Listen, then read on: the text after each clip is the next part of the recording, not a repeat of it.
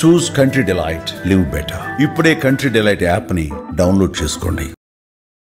ఈ మంత్రివర్గం కానీ, ఎన్డీఏ పార్ట్నర్స్ అయినటువంటి పవన్ కళ్యాణ్ గారు కానీ, అదే మాదిరిగా బీజేపీ కానీ, మేము చెప్పిన మాట నిలబెట్టుకోవడానికి రాత్రింబగళ్ళు పనిచేస్తున్నాం. తప్పకుండా నిలబెట్టుకుని మీకు మెరుగైనటువంటి సేవలు అందించడానికి ముందుకు పోతామని చెప్పి కూడా నేను మీకు తెలియజేస్తున్నా. ఈరోజు ఇక్కడికి వచ్చినప్పుడు నేనే మిడ్ డే మీల్ స్కీమ్ కూడా తీసుకొచ్చాను. మీరు ఒక్క విషయం గుర్తుపెట్టుకోవాల్సిన అవసరం ఉంది. 1995లో ఆగస్టు 15న ఏదైతే మిడ్ డే మీల్ స్టార్ట్ చేసి రేషన్ ఆ రోజు రా రేషన్ కింద ఇచ్చాం. ఆ తర్వాత 2001లో మధ్యాహ్న భోజనాన్ని ప్రారంభించాం.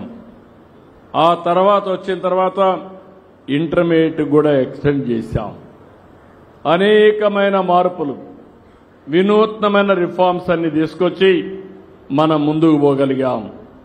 ఈరోజు మినిస్టర్ గారు షైనింగ్ స్టార్స్ అని ఒక ప్రోగ్రాం తీసుకొచ్చారు.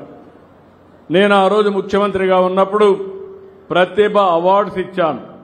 ఆ ప్రతిభ అవార్డ్స్ చూస్తే ప్రతి ఒక్కరికి ఆ రోజు ప్రతిభ అవార్డ్స్ ద్వారా 7వ తరగతి పాస్ అయితే, మంచి మెరిట్ వస్తే ఎక్కడ కావాలన్నా చదువుకోవడానికి 10th క్లాస్ వరకు మనమే డబ్బులు ఇచ్చాం. 10th క్లాసులో పాస్ అయితే ఇంటర్మీడియట్ ఎక్కడ కావాలంటే చదువుకోవడానికి డబ్బులు ఇచ్చాను.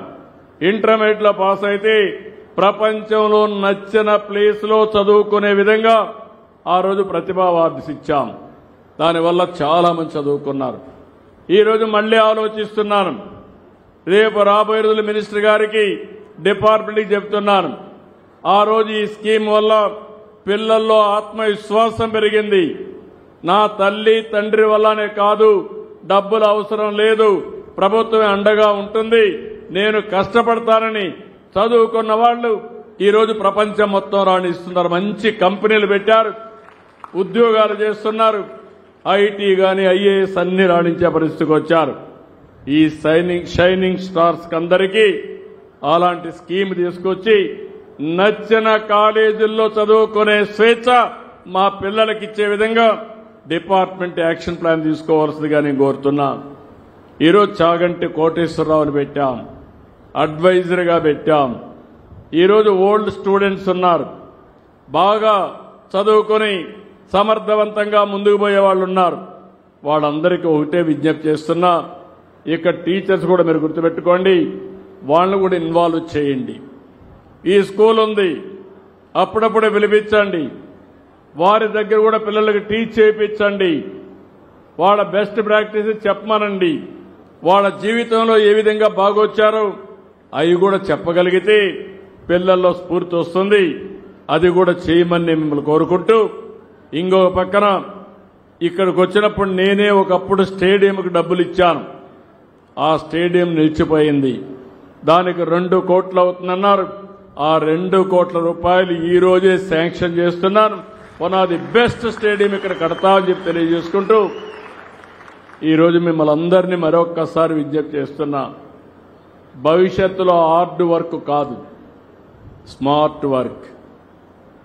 ఇంకా మేము కష్టపడుతున్నాం, శారీరకంగా కష్టపడుతున్నాం అంటే ఎవ్వరికి అవసరం లేదు. మీ పిల్లల్ని ఒకప్పుడు నేను ఒక పిలిపించాను.